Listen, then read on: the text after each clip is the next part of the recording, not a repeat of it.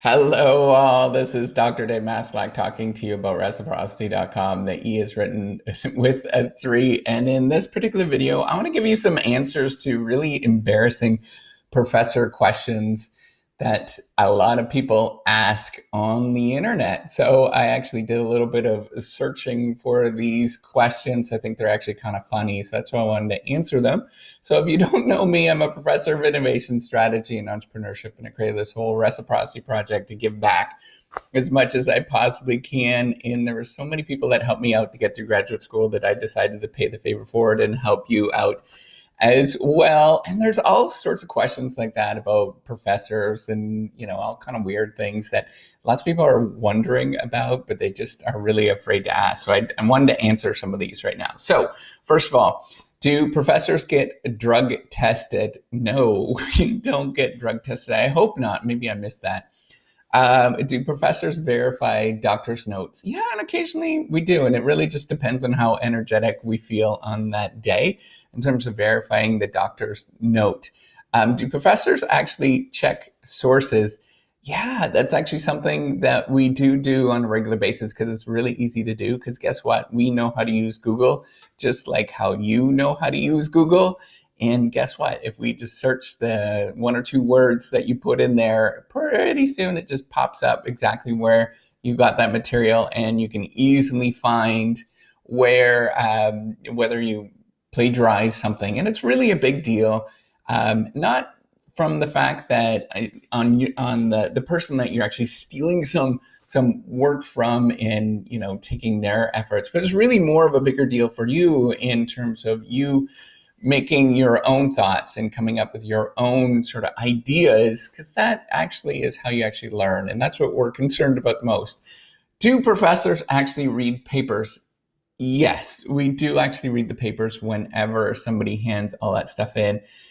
But occasionally it gets extremely boring. Like, honestly, it's really, really boring to read 30 or 40 papers. And what we try to do is read through them as quickly as we possibly can and skim through the material as quickly as we possibly can. It is a pain to spend your whole weekends going through and reading all of the papers that you actually get or assignments that you actually get. So, obviously we're trying to do it as quickly and mindlessly as we possibly can. So, yeah, sometimes we do check out a little bit when we're going through those things. Do professors date students? This is actually, lots of people search this on the internet, believe it or not. You know, I've never dated students, but that's not to say occasionally it does happen. I've seen this happen from time to time with different people. And this is normally how it happens, just to avoid conflict of interest. It's kind of frowned upon in terms of dating students. And it's usually would be a grad student or something along those lines, right? It's not going to be undergraduate students. There's really strong lines with that. And we have to be extremely careful about that, all the conflict of interest and all that kind of stuff. But what ends up happening is that, normally professors that do this kind of stuff, they wait until the course is finished or the person has graduated, and then the dating happens. And it's occasional. I've seen it happen. Is it like an everyday occurrence? No, that's probably in a fantasy.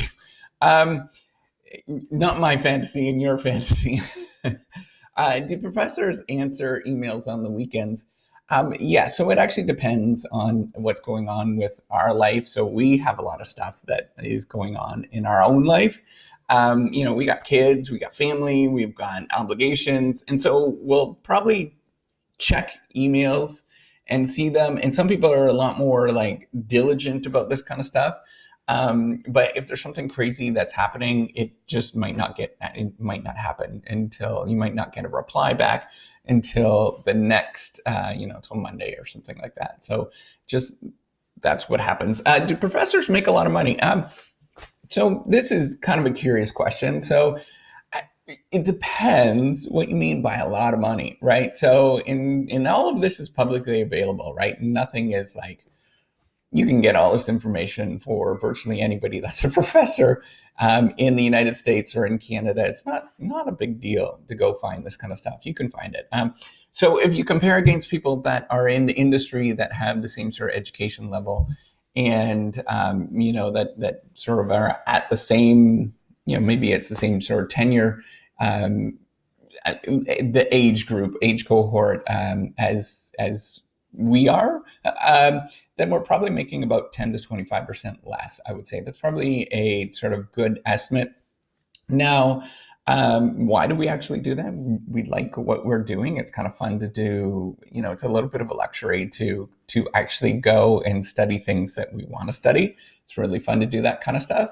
And now, if you compare to maybe it's the median salary of people around the country, yeah, most professors are going to do okay. And so the reason why I'm saying it's okay, there's a wide variance in terms of how much people are actually making as a professor, and it's like hugely wide variance. So some disciplines you actually don't make that much, and you're doing quite poorly. In other disciplines, you're making a substantial amount, and relative to what the mean is or median is, you're higher than that. So median salary in the United States or in whatever country that you're in.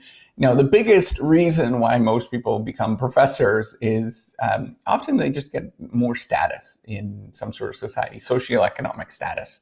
And that's a really big thing for a lot of people, why they actually might become a professor, or they're just curious or something like that, right? So it's not that the money is spectacular, right? Where it's not like where everybody is just rolling around and we're driving around in Ferraris and Lamborghinis. We have a decent living. So if you can imagine, if you're rating us in terms of cars, in terms of where we stand, like we're not we're not I don't know, like a Toyota Corolla, right? Like just kind of getting through and stuff like that. We're probably at, a Camry, right? In terms of salaries and stuff like that. We're not a Ferrari, but we're at a Camry, maybe a little bit, maybe a Volvo. Some people are at a Volvo in terms of where they are in their salaries and stuff like that. But, nobody is rolling around with a bunch of money.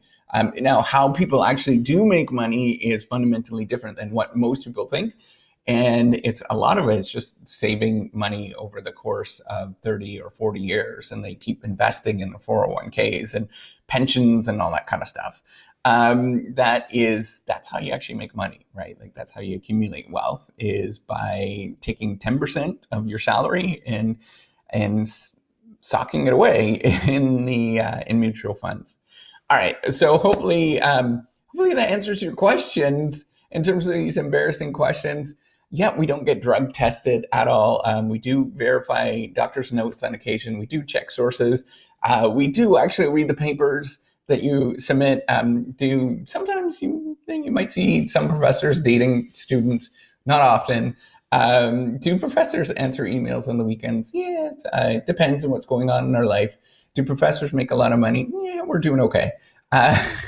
So hopefully that answers your questions. If you have other sort of embarrassing questions that you would like to ask, embarrassing or not, you can just leave some comments below. I'd be happy to answer them. Obviously, if they're really egregious, I'm not going to answer them at all. I'm probably going to delete those emails.